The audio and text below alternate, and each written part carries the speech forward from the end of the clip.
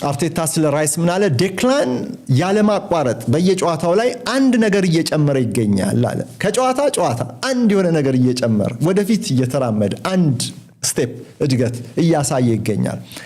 መቆሚያው የቱ ጋር እንደሆነ አይታየኝም።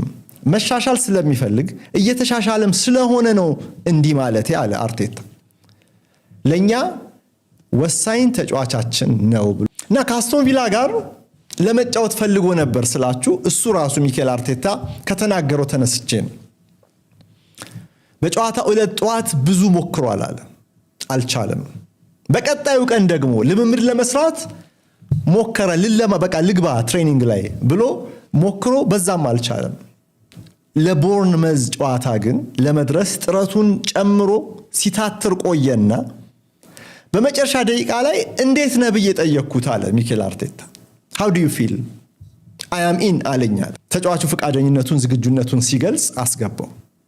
90 ደቂቃ ሲጋልብ 2 ጎል ሲያስቆጥር አርሰናል ጨዋታውን አሸንፎ እንዲወጣም ሲታትር ነው ያመሸው።